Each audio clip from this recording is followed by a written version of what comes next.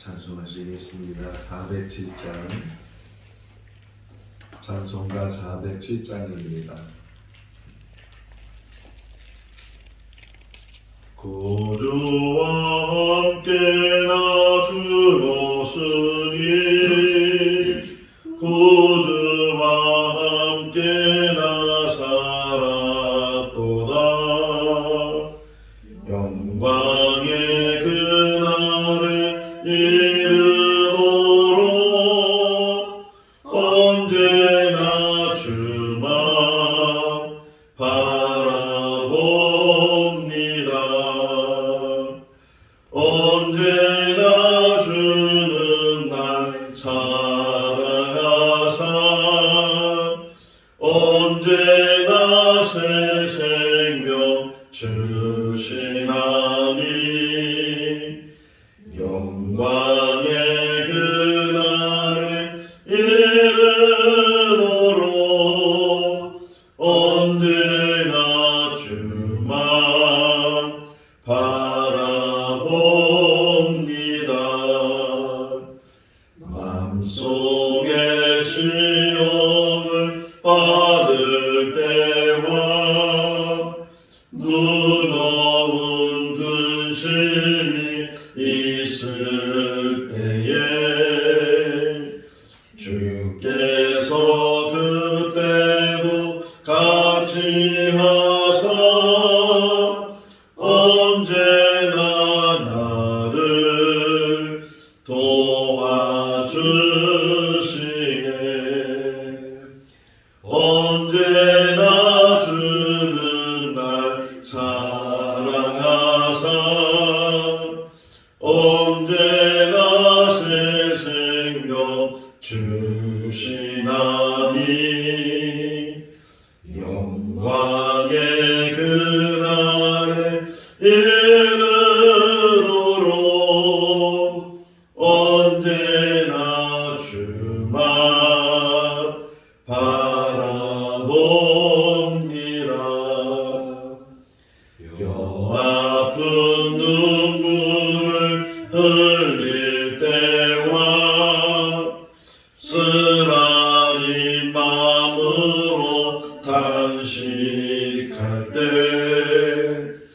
주께서 그때도 같이 하사 언제나 나를 생각하시네.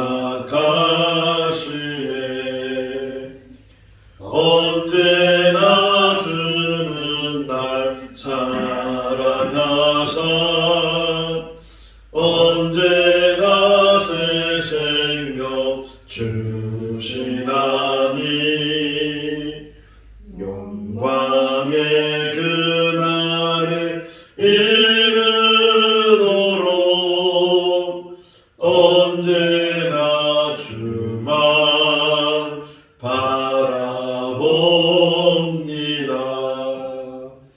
내 몸의 약함을 아시는 주 못 고칠 질병이 아주 없네. 괴로운 날이나 기쁜 때나 언제나 나와 함께 계시네. 언제나 주는 날 사랑하사 언제나 새 생명 주시나니 영광의 그날에 이르도록 언제나 주만 바라봅니다.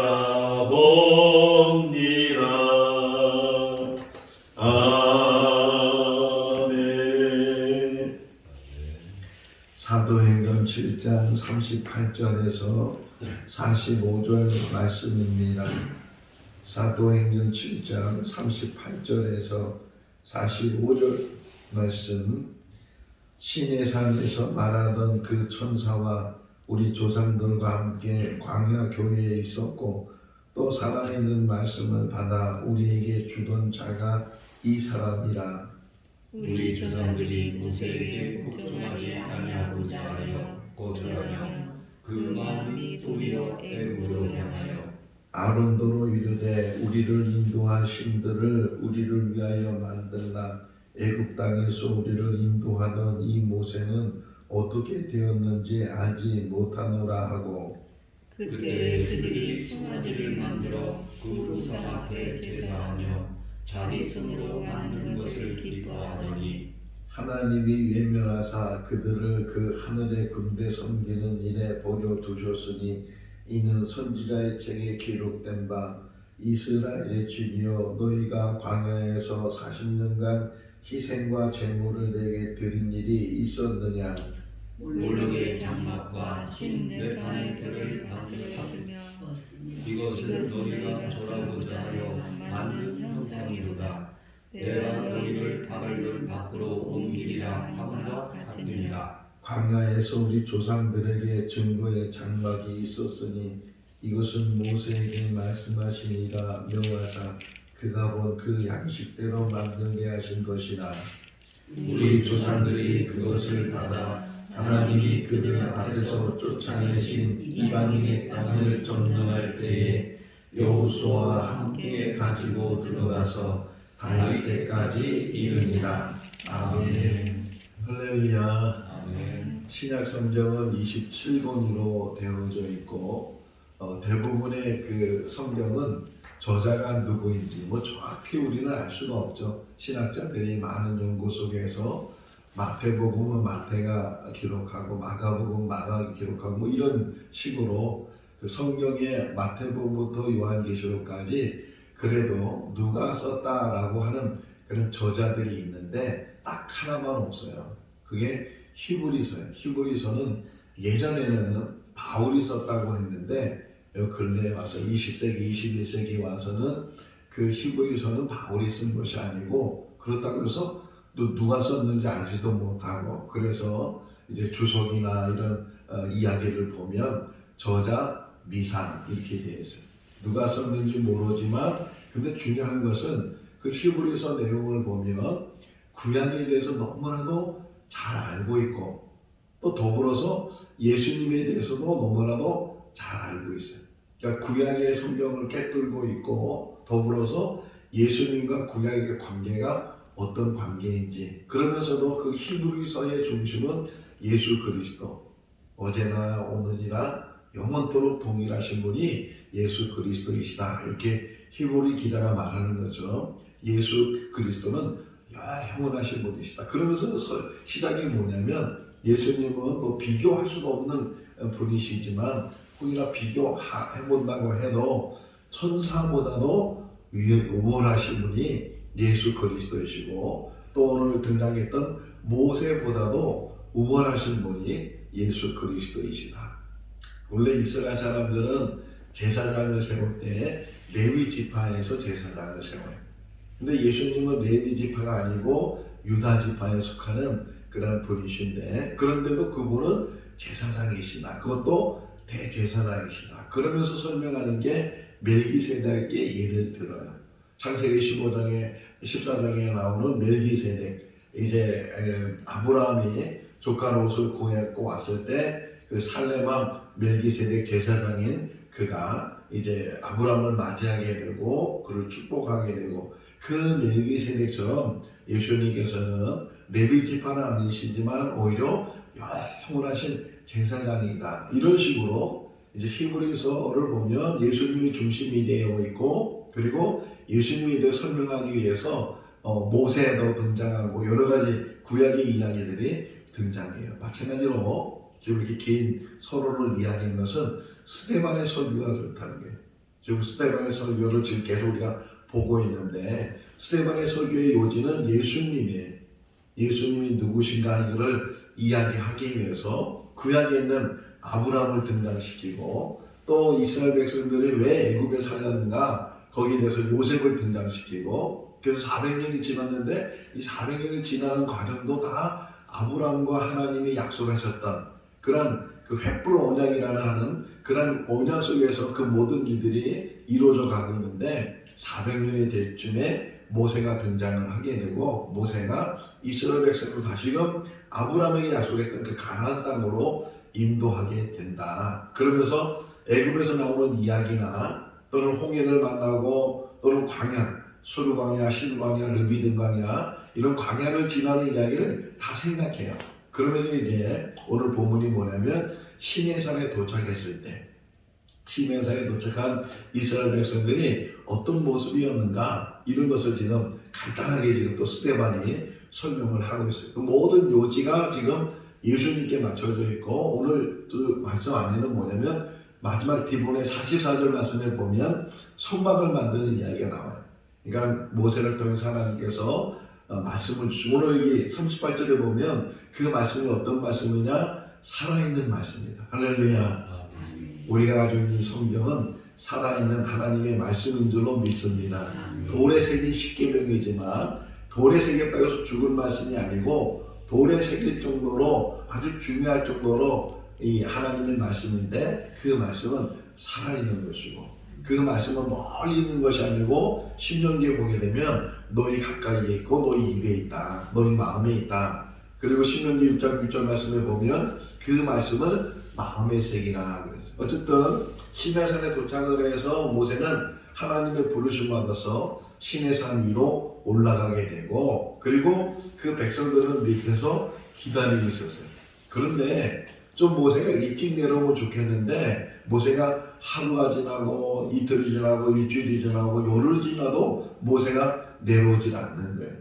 모세는 그 후에 시내산에 올라가서 하나님과 대면하면서 40일씩이나 금식을 하면서 하나님을 만나는 그런 모세인데 어쨌든 위에서는 모세가 하나님을 만나고 있고 좀 밑에서는 지금 이스라엘 백성들이 기다리고 있는데 이 기다리는 이스라엘 백성들이 지친 거예요. 여기 오늘 본문에도 나오죠. 40절 한번 읽어볼까요? 아론도로 이르되 우리를 인도할 신들을 우리를 위하여 만들라. 애굽 땅에서 우리를 인도하던 이 모세는 어떻게 되었는지 알지 못하노라. 어쨌든 모세에 의해서 이스라엘 백성들이 애굽에서 나왔는데 그리고 홍해 문제가 해결되고 심지어는 수르 광야에서 이 썩은 물이 단물로 바뀌게 되고 신광야에서 만나가 내리면서 이 먹을 것이 해결이 되고 그러면서 시내산까지 왔어요. 근데 모세가 올라가고 나서는 이 깜깜무소식이에요. 그러다 보니까 이스라엘 백성들이 기다리지 못하고 아론에게 말하기를 우리를 위해서 신을 만들어라. 아직까지도 이스라엘 백성들에게는 애굽에서 살았던 그 삶이 다 벗겨지지 않았어요. 어제도 말씀 전하면서 옛사람과 새사람에 대해서 말씀을 드렸는데 옛사람은 다 죽어주고 벗어버리고 다 버려야 되는데 그렇지 못하게 되면 계속 옛사람의 모습이 다시금 또 재현되고 다시 나타나게 되고 그러는데 성령 안에서 새 사람이 돼야 되는 것처럼 이스라엘 백성들은 이제는 하나님의 사람으로 거듭나야 되는데 아직 그러지 못하니까 애굽에서는요 다신론이에요. 그렇지. 10가지 재앙이 다 그런 다신론 속에서 신과 신의 대항, 하나님과 이 우상들의 대항 그런 것들을 이 재앙 속에서 우리에게 보여주고 있는데 이 이스라엘 백성들이 얼마 지나지 않았다고 이 사람들이 아직도 그 애굽에서 젖었던 그런 우상 섬겼던 그런 모습들이 다시 나타나는 거예요. 그러면서 우리를 애굽에서 인도한 신을 만들어라. 사람의 손으로 우상을 만들라는 거예요. 그래가지고서 아론이 이 백성들한테 금부채를 가져오라고 여신들이 귀걸이를 가지고 또 가락지를 가지고 이런 금부치를 가져와서 그것을 부어다가 만든 것이 송아지, 흔히 말하는 금송아지. 출애굽기 32장에 나오고 있는데 그러면서 여기 보세요. 41절 말씀. 그들이 이걸 만들고서 어떤 모습이었는가 읽어볼까요? 그때에 그들이 송아지를 만들어 그 우상 앞에 제사하며 자기 손으로 만든 것을 기뻐하더니 지금도 마찬가지예요. 이게 어떻게 보면 지금부터 따지면 3,500년 전에 있었던 이야기인데요. 3,500년이 지난 지금도 똑같아요. 아니 어느 시대든지 똑같아요. 하나님과 우상 둘 중에 하나예요. 우리가 하나님을 섬기는가 아니면 하나님 아닌 우상을 섬기는가. 제가 그런 강조를 많이 했었는데 하나님만 섬겨야 되는데 하나님도 섬기는 사람이 있다. 이렇게 하나님을 안 섬기는 건 아니에요. 그러면서도 하나님 말고도 다른 것들을 섬기고 다른 것이 우상이 되어 있어요. 뭐 물질이 우상이 될 수도 있고 자식이 우상이 될 수도 있고 건강이 우상이 될 수도 있고 어쨌든 그 하나님의 어떤 것을 섬기는 것, 의지하는 것, 자기를 의탁하는 것 그것이 우상이 되는데 심지어 여기 자기 손으로 만든 자기들 손으로 만든 그것을 가리켜서 출애굽기 32장에 보면 이것이 우리를 애굽에서 인도한 신이다. 그리고 그 앞에서 절을 하고 놀고 먹고 마시고 즐기고 여기도 오늘 41절 말씀에 그것을 손으로 만든 다음에 스스로 기뻐하면서 모세가 나중에 십계명을 가지고 내려올 때 여호수아 같이 내려왔는데 내려올 때 보니까 저 밑에서 시끌벅적한 걸 막 떠드는 소리가 나고 막 잔치 찍고 막 그래. 와서 막상 가까이 와서 보니까 우상을 만들어 놓고 거기서 절하고 먹고 마시고 막 그냥 놀고 막 그런 모습을 보면서 모세가 얼마나 화가 났는지 자기 손에 들고 있던 그 하나님이 직접 쓰신 그 십계명을 그냥 냅다 내팽개쳐서 그것이 깨져버렸어요. 근데 그만큼 화가 나는 일이라는 게 모세가 그 일을 보았을 때 하나님은 벌써 알고 계시죠. 오늘 새벽에 일어나서 이 말씀을 묵상하면서 동시적인 거예요. 위에서는 하나님과 모세가 만나서 지금 대면을 하고 그러면서 지금 하나님께서는 모세에게 말씀을 주시는데 그 말씀을 주시는 그 내용이 뭐예요? 나 외에 다른 신을 섬기지 말고 두지 말고 우상을 만들지도 말고 절하지도 말고 내 이름을 막는 때 일컫지 그런 계명을 주시고 우상을 섬기지 말라고 했는데 그 말을 전하는 그 가정 속에서 지금 밑에서는 우상을 만들고 우상을 섬기고 이런 일들이 그 당시에 또 지금도 그런 일들이 일어나고 있다는 거예요. 우상 앞에 절하지 말아야 된다. 우리나라가 식민지를 살았죠. 일제시대 때 일본 사람들이 얼마나 악랄하고 얼마나 우리 민족을 괴롭히고 힘들게 했는지 몰라요. 이름까지도 다 바꾸려고 했고 그러면서 또 한 가지가 신사참배. 일본 사람들이 가지고 있는 우상이 지배되어 있고 마을옥이 되어 있고 또는 절같이 생긴 것도 있고 그래서 신사를 모셔야 돼요. 자기들 신을 모셔서 그래가지고 거기에 절하게 되고 빌며 손을 빌고 이런 것들. 제가 일본에 몇 번 가봤지만 가서 보면요 별별 게 다 있어. 뭐 돌덩이가 있고 무슨 물건이 그 안에 들어가 있고 그게 신이라는 거예요. 그게 내가 믿는 신이라는 거예요. 그 신이 나에게 복을 주고 그렇게 사람이 만들고 사람이 붙들고 오고 하는 그런 모습들을 보면서 지금 저 밑에서는 그런 우상을 만들고 우상 안에서 자기들이 신났다고 이것이 우리를 지켜준다고 그런 모습들 그것이 한 번으로 끝나는 것이며 결국 그것 때문에 사람들이 죽임을 당하게 되고 그 금송아지는 다 가루가 돼서 신의 물에 떠내버리고 그런데도 불구하고 그들은 깨닫지 못해. 그 다음에도 그 얘기예요. 여기 42절 이하의 말씀이 보면 그들이 계속 우상을 섬기고 특별히 여기 42절 이하에 보게 되면 그 하늘의 군대 섬기는 일을 버려두셨다. 이 말이 뭐냐면 이게 별들을 또 우상을 섬겨요. 해와 달과 별들은 우상. 우리나라도 그런 거 있잖아요. 정원수 떠놓고서 해 다 떴을 때 빌고 뭐 이렇게 뭐 자식 잘 되게 해달라고 뭐 그런 옛날 어른들 모습을 우리가 기록하고 있는데 이렇게 하늘에 있는 것들을 통해서 저것이 나를 지켜주는 별이고 저것이 나를 지켜주는 달이고 해고 그런 이야기들. 그러면서 또 하나는 뭐냐면 43절에 보면 몰렉이라는 우상이에요. 암몬 족속들이 섬기는 우상인데 이 몰렉이라는 것은 뭐냐면 자식이 제물이 되는 거예요. 아니 자기 잘 살겠다고 자식을 제물로 삼는 그런 부모 이런 악한 일들 그런 일들이 지금 그 당시에도 뿐만 아니라 지금도 그런 일들이 자식이 우상이 될 수도 있고 자식이 제물로 삼을 수도 있고 참 얼마나 이 인륜이라는 게 얼마나 중요해요. 아버지와 아들 문제, 어머니와 딸의 문제, 이 관계는 어느 것도 끊을 수 없는데 지금 보세요. 이 돈이라는 것 때문에 남편을 죽이고 아들을 죽이고 아버지를 죽이고 이런 일들이 지금 우리 주변에 지금 현실적으로 일어나고 있어요. 뭐가 우상이 돼 있는데 세상의 우상들이 얼마나 많은지 몰라요. 사람 인명을 죽이는 그런 일들이 몰래 제사 이런 제사를 드리지 말라고 하는데도 불구하고 그런 일들 계속 그 다음에 나오는 게 뭐냐면 신내판의 별들을 받들어 보죠. 그러니까 별을 섬기고 이런 일들, 점술가들이죠. 그런 일들을 계속 우상을 섬기는 일들을 끊임없이 이루어지고 있다는 게. 그러면서도 하나님께서는 그들을 붙드시고 끝까지 놓지 않으시고 붙드셨다는 게. 그러는 가운데 모세를 통해서 심지어는 그 모세가 십계명을 받을 때 미리 저 밑에서 하는 일들을 하나님이 아시고 그래서 내가 이 이스라엘 백성을 다 진멸하겠다. 너로 다시 시작하겠다. 이런 말을 할 정도로 그러니까 모세가 아닙니다. 왜 그러십니까? 이 사람들이 어떻게 나왔는데 하나님 이 사람들을 정말 용서해 주시고 아니면 생명책에 내 이름을 지워 주십시오. 뭐 그럴 정도로 중보기도 하면서 모세가 이스라엘 백성의 죄를 하나님 앞에 고백하면서 용서해 달라고 그래서 다시금 이제 회복되는데도 불구하고 계속 이스라엘 백성들은 하나님 말씀대로 불순종해 그리고 원망하고 불평하고 우리 생거 진천교회 처음 시작할 때 첫 설교가 뭐냐면 불평과 원망하지 말라. 이스라엘 백성들 광야에 40년 동안 사는 동안 다 죽었는데 그 죽은 이유는 딱 하나예요. 원망하는 거야.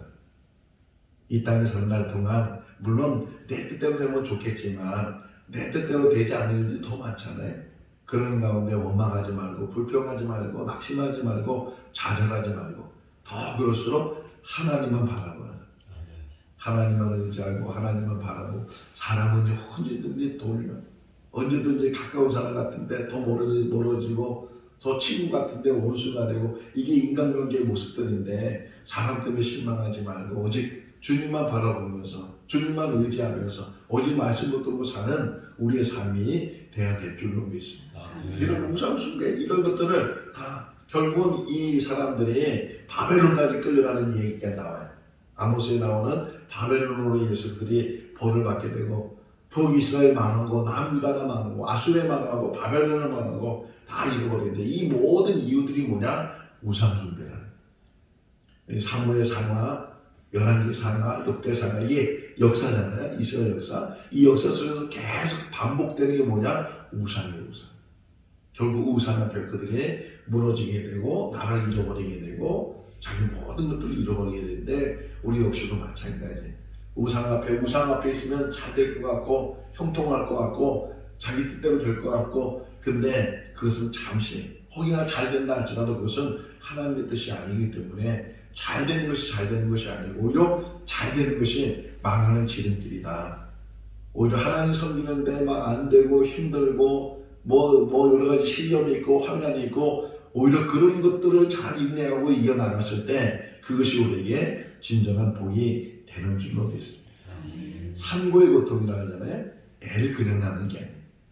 죽을 고통을 경험하면서 애를 낳는 것처럼 신앙생활도 진짜 기쁨은 여러 언덕 속에서 어려움 속에서 그 힘든 과정 속에서 넘어지지 않고 좌절하지 않고 포기하지 않고 다시 일어나는 거예요. 그때 중요한 게 뭐냐면 38절에 아까 잠깐 얘기한 것처럼 살아있는 하나님의 말씀을 붙드는 거예요. 말씀만이 우리를 회복하는 줄로 믿습니다. 제가 잠깐 아침에 와서 제 방에서 이렇게 서재 한번 쭉 둘러봤어요. 그래서 볼만한 책이 있는가 얘기 봤는데 제목이 하나 딱 눈에 떴어요. 제목이 뭐냐면 말씀으로 기도해라. 그냥 기도하지 말고 하나님의 말씀을 읽고 묵상하고 그 말씀을 붙들고 그 말씀으로 기도해라. 살아있는 하나님의 말씀이 지금도 우리 가운데 있는 줄로 믿습니다. 마지막 하나만 더 보시면 14절 말씀이 뭐냐면 14절은 그러는 가운데서도 하나님께서 모세를 통해서 이스라엘 백성들에게 성막을 만들게 하셨다. 성막이 이렇게 중요하다는 거예요. 성막이 나중에 이제 내일 얘기가 뭐냐면 다윗을 통해서 성전이 만들어졌다 이 얘기를 하는 거예요. 근데 성막이나 성전이나 제가 히브리서를 이야기한 이유가 뭐냐면 이 모든 이 구약에 있는 말씀들이 다 예수님을 예표하고 있고 예수님의 그림자다 이렇게 말하고 있어요. 이 성막도 또는 다윗이 만든 성전도 심지어는 우리가 만든 이 교회도 다 주님이 몸된 교회. 그래서 요한복음 2장에서 성전에 들어가셔서 거기에 양 파는 사람들, 짐승 파는 사람, 돈 바꾸는 사람들 다 엎어버리고 이것을 헐어버려라. 내가 3일 만에 다시 짓겠다 말씀하시는 거죠. 그때 설명이 뭐냐면 요한복음 3장 21절 말씀을 보게 되면 뭐라고 설명되냐면 자신을 가리키는 거다. 그래요. 성전을 헐어라. 내가 성전이라. 하나님께서 예수 그리스도가 성전이시다. 이걸 지금 이 모세통에서 성막을, 근데 성막과 성전과 교회와 가장 중요한 게 뭐냐면 회막이 하나님 만나는 것. 예수 안에서 하나님 만날 수 있는 줄로 믿습니다. 네, 하나님, 이 새벽에도 말씀 안에서 하나님 만나고 예수 안에서 하나님 만나고 예수가 증거되고 예수가 우리 구원자이심을 고백하면서 사는 우리의 삶이 될 수 있기를 바랍니다. 지금도 우상 앞에서 우리가 대결하고 우상을 이기고 하나님만 바라보고 하나님만 의지하는 그런 신앙의 삶을 살아야 될 줄로 믿습니다. 오직 살아계신 하나님만이 우리 하나님을 고백하면서 하나님과 동행하는 삶이 우리 삶이 될 수 있기를 주님의 이름으로 축원합니다. 기도하겠습니다. 사랑과 은혜가 많으신 하나님 아버지, 한 주간 시간을 월요일 새벽에 깨워주시고 또 주의 전에 나와서 제단 쌓게 해주신 것 감사합니다. 또 있는 처소에서 함께 예배드릴 수 있도록 은혜 베풀어 주신 것 감사합니다. 하나님, 새벽마다 들려주신 이 말씀이 영의 양식이 되게 하시고 깨달음이 되게 하시고 하나님께서 우리를 얼마나 사랑하시는지 또 우리에게 얼마나 큰 관심을 가지고 계시는지를 깨닫는 우리들 되게 하여 주셔서 우상이 만연된 사회 속에서 우리가 살아가고 있습니다. 하나님만 섬겨야 되는데 하나님도 섬기면서 또 우상을 섬기고 우상 앞에 절하고 우상 앞에 즐거워하는 우리의 모습은 있지 않는가 깨닫게 하여 주셔서 오직 하나님만 바라보고 하나님만 의지하고 하나님만 섬기는 온전한 믿음의 사람이 다 되게 하여 주셔서 말씀 붙들고 기도하게 하시고 말씀 붙들고 찬송하게 하시고 말씀 붙들고 하나님만 바라볼 수 있도록 은혜로 덧입혀 주시옵소서. 여러 가지 기도 제목 가지고 부르짖는 귀한 성도의 기도들이 하나님 앞에 상달되게 하시고 응답받게 하여 주셔서 건강이 회복되게 하시고 물질의 문제와 자녀의 문제와 또 가지고 있는 모든 문제들이 주 안에서 해결되게 하여 주시옵소서. 오늘도 주 안에서 복된 하루의 삶이 되게 하여 주시기를 간절히 바라고 예수 그리스도 이름으로 기도하옵나이다. 아멘. 마쳤습니다. 자유롭게 기도하시기 바랍니다.